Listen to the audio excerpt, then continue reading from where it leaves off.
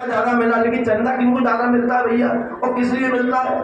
आज आप लोग भी कांग्रेस के कार्यकर्ता हो, हम सब लोग आज विपक्ष में, कोई चंदा देने आता है अपने को? कोई देता है पैसा?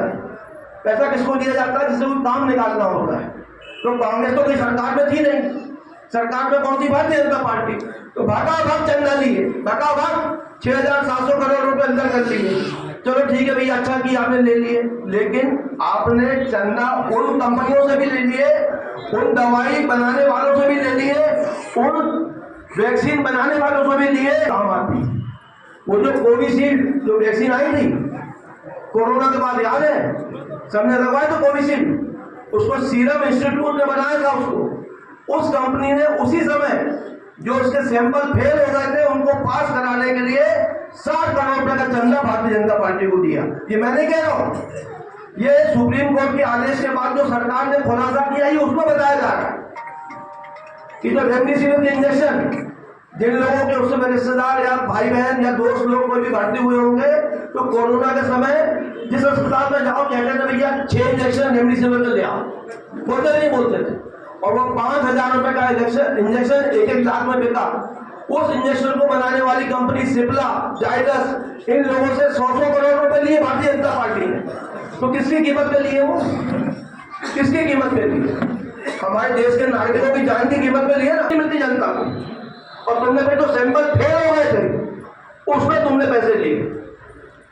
तो ये ऐसी पार्टी जो देश के नागरिकों की जान की कीमत पे भी पैसा कमाती है। और ये मैं नहीं कह रहा हूं, देश की निर्मला सीतारमण, उनके पति जो बहुत बड़े अर्थशास्त्री हैं, वो भी परगदा प्रभाकर, ये उन्होंने कहा है कि ये जो इलेक्ट्रॉनिक बॉन्ड का जो घोटाला है ये हमारे देश का नहीं पूरे विश्व का सबसे बड़ा घोटाला। तो ऐसे लोग जो अपने देश के नागरिकों की जान की कीमत पर चंदा इकट्ठा करते, रिश्वत लेते हैं, भगवान के नाम पर वोट मांगते हैं, पुलवामा में शहीदों के नाम पर वोट मांगते हैं। आज तक आप बताओ मुझे, पहले कांग्रेस से कभी आप लोगों से झूठ बोल के मांगा क्या? आप लोग अपन कांग्रेस से काम करता है, अपन जाते हैं झूठ बोलते हैं कभी क्या? जब भी बात आई, सरकार प्रिंसिपल बनी, कमलनाथ जी ने कहा था किसानों को कर्जा माफ करूंगा, माफ किया कि नहीं किया? कोशिश की उन्होंने। 27 लाख किसानों को कर्जा प्रदेश का माफ किया। 300 रुपए मिलते थे निराश्रित पेंशन के, 600 रुपए करवाए। बच्चियों की शादी में 25,000 मिलते थे, 51,000 दिए उन्होंने, दिए कि नहीं दिए? 100 रुपए में 100 यूनिट बिजली दी कि नहीं दी? कमलनाथ जी दी थी। आज भारतीय जनता पार्टी दे रही है क्या? सिर्फ चुनाव के समय आएंगे, आप लोग झूठ फैलाएंगे, और वोट लेके जाने के बाद आज तक बता दो मुझे कि भारतीय जनता पार्टी ने कौन सी ऐसी योजना लागू की है जिससे आम जनता को, गरीबों को, किसानों को कोई लाभ मिल रहा हो? मिल रहा है क्या? भैया कहे थे मोदी जी ने किसानों की आय डबल कर दूंगा, कोई डबल किसी की आय? अभी तक किसी की आय डबल हुई? कीमत डबल हो रही है, और खाद की बोली का वजन तो कम होते जा रहा है। 50 किलो की बोरी बोले, जब किसान को उठाने में दिक्कत होती है, इसी 45 किलो कर दी बोले हमने। अरे हमारा किसान आज भी भैया गेहूं चावल की 50 किलो गट्टी उठा के चलता है, लेकिन बेईमानी करना है, झूठ बोलना है, हर बात में झूठ बोलना है। मोदी जी बोल रहे हैं मेरी गारंटी है, बोले अभी सीनियर आए तब भी बोल रहे हैं, अभी भी बोल रहे हैं कि मेरी गारंटी, मेरी गारंटी। अरे जो व्यक्ति अपनी पत्नी की गारंटी नहीं निभा पाया, वो जनता गारंटी क्या निभाएगा? ये बताओ मुझे। विवाह होता है, 7 फेरे होते हैं, वादे होते हैं, वो होती गारंटी। तो खुद की पत्नी की गारंटी नहीं निभाया, जनता की गारंटी निभाने की बात कर रहे हैं। तो मेरा आप सबसे ये करबद्ध प्रार्थना है कि जिस तरह से आप लोगों ने देखिए 95,000 वोट मिले बरगाट विधानसभा में कांग्रेस को, कोई हंसी मजाक नहीं है वो। तो उस समय जिस हिसाब से उन्होंने अपने तुरंत लोगों को लगा कि यार हमारे खाते में पैसे आ गए, किसान सम्मान निधि के आ गए, फसल बीमा के आ गए, लाडली बहना के आ गए, तो कुछ लोग बैठ गए। लेकिन ईमानदारी की बात यह है, आप लोगों ने देखा होगा, अभी मुझसे बता रहे थे कोई भाषण दे रहे थे भैया, बोले विधायक जी ने फोन ही नहीं उठाते। मैंने कहा मुझे याद आया गंगेलुआ में, मैंने भाषण दिया था कि एक विधायक जो है वो हमेशा नॉट रीचेबल रहता है, और एक विधायक जो है वो हमेशा अवेलेबल रहता है। तो हमको अर्जुन मियां को देखना है, हमें सम्राट सिंह सरस्वत जी को देखना है, क्योंकि सम्राट सिंह का इनका नाम अकेला सम्राट नहीं है, ये व्यवहार से, आचार विचार से भी सम्राट। इनकी सरलता, इनकी सहजता से आपसे अल्लाह जगा लो कि कितना सहज धर्म नेतृत्व है। तो इसके पहले भारतीय जनता पार्टी में क्या होता है, एक बार टिकट मिलती है, सांसद बनता है, अगली बार दूसरा आ जाता है, उसके बाद तीसरा आ जाता है। पता नहीं मुझे कोई एक भी सांसद डबल आया क्या? एक भी सांसद 1999 के बाद बीजेपी ने रिपीट करी क्या? करी? क्यों नहीं करी भैया? क्यों नहीं करी? कि बीजेपी को भी मालूम है कि हमारे सांसद इतने निकम्मे होंगे कि 5 साल बाद इन्हें कोई वोट देगा नहीं, तो इसीलिए कभी रिपीट नहीं करते हो, फिर नया ले आते, फिर नया ले आते। और इस बार जो आए कोई श्रीमती भारती पाटिल जी, मैं तो जानता नहीं उनको, लेकिन सुना है कि किसी वार्ड की पार्षद है वो। कोई ऐसी राजनीतिक विरासत नहीं है जो विरासत इनके साथ, इनके पिताजी विधायक रहे, ये राणा हनुमान सिंह जी के परिवार से आते हैं, जिनकी सैकड़ों एकड़ जमीन इन लोगों ने समाज कल्याण के लिए दान दी पूरे बालाघाट के लिए। तो इससे इनका आचार विचार जरूर मालूम पड़ता है। तो मेरा आप सबसे यही निवेदन है, जिस तरह से हमारे संगठन में हमने चुनाव में भाग लिया था, जो हमारी बूथ कमेटियां, हमारे महिला अध्यक्ष, हमारे सेक्टर अध्यक्ष, हमारे मोर्चा प्रदेश के अध्यक्ष, अनुप्रिया वोटर लिस्ट आपकी एक पहले आ चुकी और एक शायद और आपकी आगे रखी। तो मेरा आपसे निवेदन यही है कि जितने भी हमारे, जिस तरह से हम लोगों ने पहले वोटर लिस्ट पे काम किया था, उसी तरह से हम लोग अभी से अपने वोटर लिस्ट पे काम करना शुरू कर दें। और यह तय मानना कि इस बार परिस्थितियां हमारे अनुकूल हैं। परिस्थितियां हमारी विधानसभा में प्रतिकूल थी। क्यों?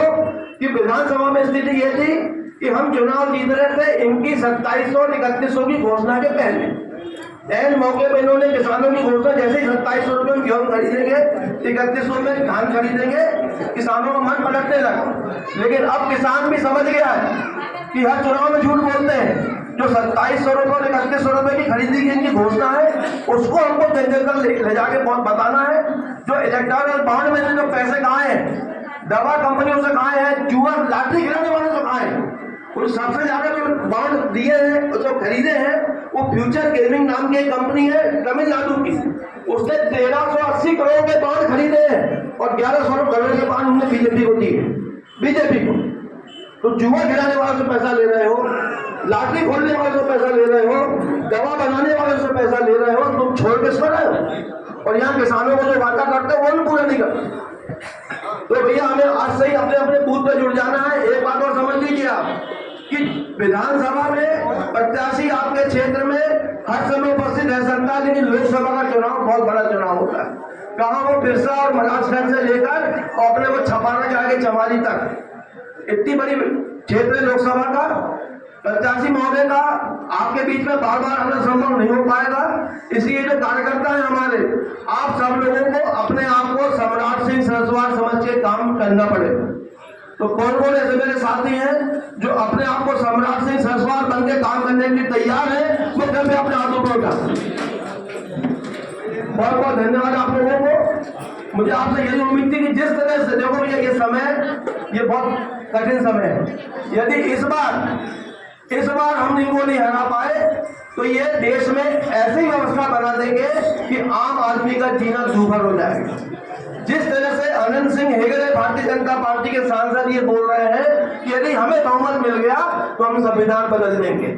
आप सबको मालूम है कि बाबा साहब अम्बेडकर द्वारा हमारा जो संविधान बनाया गया था, उसमें सभी समाज, सभी वर्ग के लोगों को समान अधिकार है।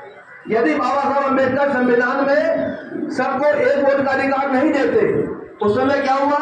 जब देश आजाद हुआ तो जो राजा महाराजा थे, जो बड़े लोग थे, वो कहते थे भैया हमको दे दो वोट का अधिकार, गरीबों को मत दो। गरीब क्या करेगा वोट डाल के, इनके वोट का क्या महत्व है? लेकिन बाबा साहब ने कहा नहीं, बोले मैं एक वोट का अधिकार देश के हर नागरिक को दूंगा, चाहे वो 100 रुपए कमाता हो, चाहे वो 10 लाख रुपए कमाता हो। ये किसने दिया?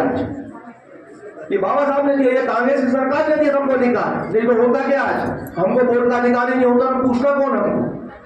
तो एक वोट का अधिकार, जितने आपके वोट का महत्व है उतना ही है बड़े उद्योगपति के वोट का महत्व।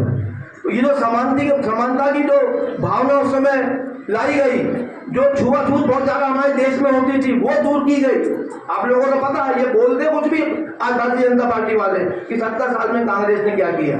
70 साल में कांग्रेस ने जिस स्कूल में ये मोदी जी पढ़े हैं, वो स्कूल भी कांग्रेस का बनाया हुआ था। और जब देश आजाद हुआ, देश में कुछ मिलता नहीं था, और तब देश भी नहीं था। जब देश आजाद हुआ तो रियासतें नहीं थी अलग अलग, पूरा देश हमारा 562 रियासतों में बटा हुआ था। और हर रियासत की अलग सरकार, अलग सेना, अलग सीमा, सब कुछ अलग अलग था। तो उस समय कैसे इन सब राजा महाराजाओं को मिला के एक करना और फिर एक देश का निर्माण करना, इसीलिए लगभग साल भर का समय लग गया, 2 साल का समय लग गया गणराज्य बनाने में। 15 अगस्त 1947 को देश आजाद हुआ, लेकिन 26 जनवरी 1950 को हमारे गणतंत्र बना। तो 2-2.5 साल लग गए अपने सब राजा राजपालों को मिला के देश बनाने में। ये देश बनाने वाली कांग्रेस है, इस देश को आजाद दिलाने वाली कांग्रेस है। ये तो कब थे भी नहीं कहीं, ये तो माफी मांग के छूटते थे। आज भी इनके माफी मांगने के प्रमाण जो है कई जगह संविधानों में रखे हुए। यहाँ हमसे बात करते देश प्रेमी देश। तो आप सबसे निवेदन है कि हम सब उस पार्टी के वंशज हैं जिस पार्टी ने इस देश की आजादी में अपना खून बहाया।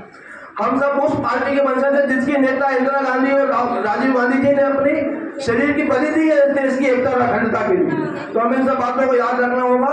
और मेरा भैया आप सबसे एक ही निवेदन है, मैं हमेशा एक बात कहता हूँ कि जो जिस बूथ में रहता है उसका सबसे ज्यादा प्रभाव उसी बूथ में होता है।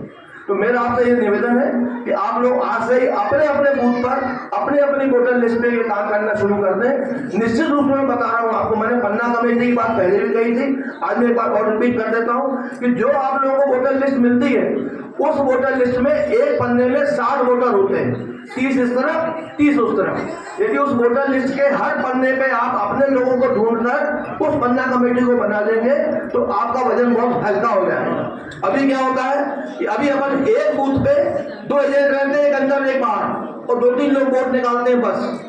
यदि अपनी पन्ना कमेटी बन गई तो हर पन्ने पे अपने पास 4, 5, 6, 8, 10 सुनील भैया नाम हो जाएंगे अपने पास। तो उन 60 लोगों को निकालने के लिए 5 से 6 अपने पास कार्यकर्ता आ जाएंगे। तो अपना एक भी वोट नहीं छूटेगा। कोई भी वोट यदि अंदर बाहर नहीं गया और वो भी पता रहेगा आप लोगों को ये वोट अपना बाहर गया, इसको लाना है। और मैं दावे से कहता हूँ यदि पन्ना कमेटी पे आप लोगों ने काम कर लिया और पन्ना कमेटी बना ली तो आप वोटिंग के दिन शाम को ही बता दोगे भैया कि मेरे पन्ने में इतने वोट थे, इतने कांग्रेस को मिले, इतने बीजेपी को मिले। तो मेरा आप सबसे यही निवेदन है कि हम आज से जुड़ जाए। समय बहुत कम बचा, आज 5 तारीख हो गई, 14 दिन बचे। तो इन 14 दिनों में हम सब से अपने ही गांव में, अपने ही आसपास के लोगों को भारतीय जनता पार्टी का झूठ और कांग्रेस का सच बताने का प्रयास करें। यही मेरा आपसे निवेदन है। और 8 तारीख को धनौरा में हमारे राष्ट्रीय नेता राहुल गांधी जी की आम सभा है। क्योंकि ऐसे धनौरा बहुत दूर पड़ता है, लेकिन फिर भी जो भी नेता अपने साधनों से वहाँ आ सकते हैं, मैं उनसे निवेदन करूंगा कि वहाँ जरूर पहुंचे, ताकि हम राहुल गांधी जी की जो बातें हैं, जो उनके विचार हैं, जो उनके भाषण हैं, उनको लाकर हम अपने विधानसभा क्षेत्र में उनका प्रचार प्रसार कर सके। इन्हीं शब्दों के साथ धन्यवाद। जय हिंद, जय भारत, जय कांग्रेस।